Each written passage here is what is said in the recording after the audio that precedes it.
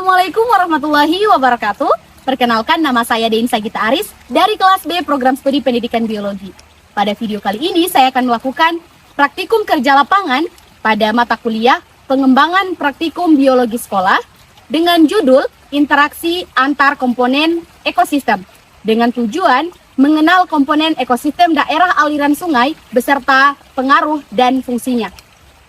Alat bahan yang digunakan, yang pertama ada alat tulis-menulis yang digunakan untuk mencatat hasil pengamatan yang ada di lapangan. Kemudian yang kedua ada alat dokumentasi yang akan menangkap gambar tentang komponen ekosistem apa saja yang ditemukan. Kemudian yang terakhir adalah referensi komponen abiotik dan biotik yang bisa diakses melalui internet. Nah, untuk prosedur kerjanya, yang pertama kita harus menyiapkan alat dan bahan terlebih dahulu. Kemudian yang kedua, kita harus mengeksplor lokasi yang akan menjadi tempat penelitian.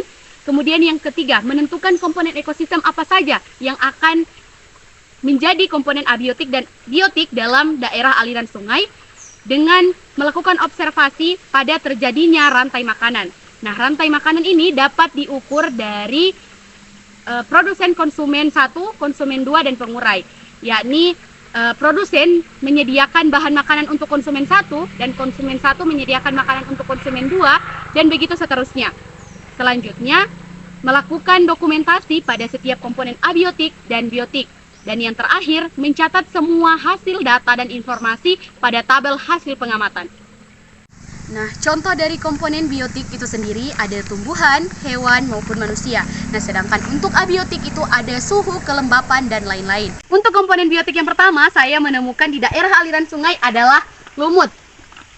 Nah, lumut ini hidup tepat pada aliran sungai, di mana menempel pada bagian pinggir atau bagian dasar pada aliran sungai. Untuk komponen biotik yang kedua, yakni ada yang namanya anggang-anggang. Nah, anggang-anggang ini juga biasa hidup pada aliran sungai. Nah, setelah menemukan komponen biotik tersebut, kemudian kita catat kembali pada tabel hasil pengamatan.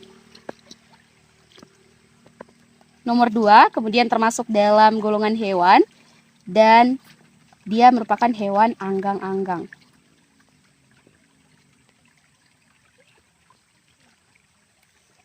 Setelah itu, lakukan dokumentasi pada hewan tersebut. Untuk komponen abiotiknya, itu yang pertama, karena di daerah aliran sungai sudah pasti terdapat yang namanya air.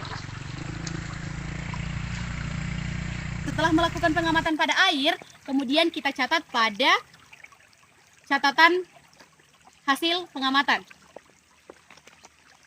Kita catat di sini, nomor 1, komponen abiotiknya adalah air.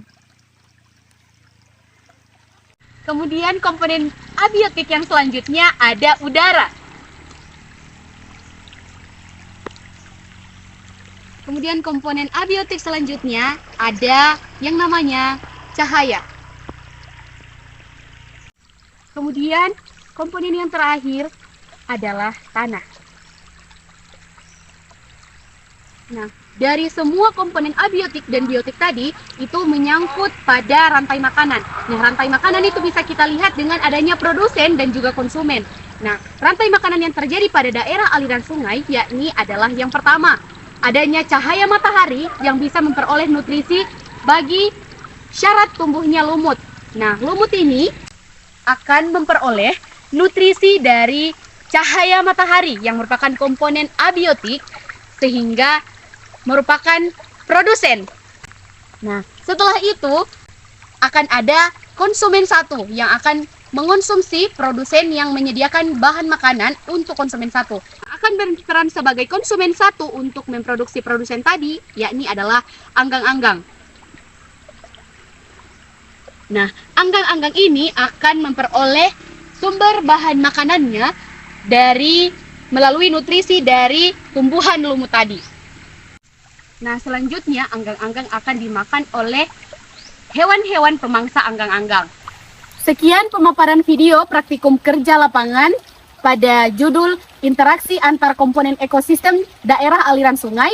Lebih dan kurangnya saya mohon maaf. Sekian, Wassalamualaikum warahmatullahi wabarakatuh.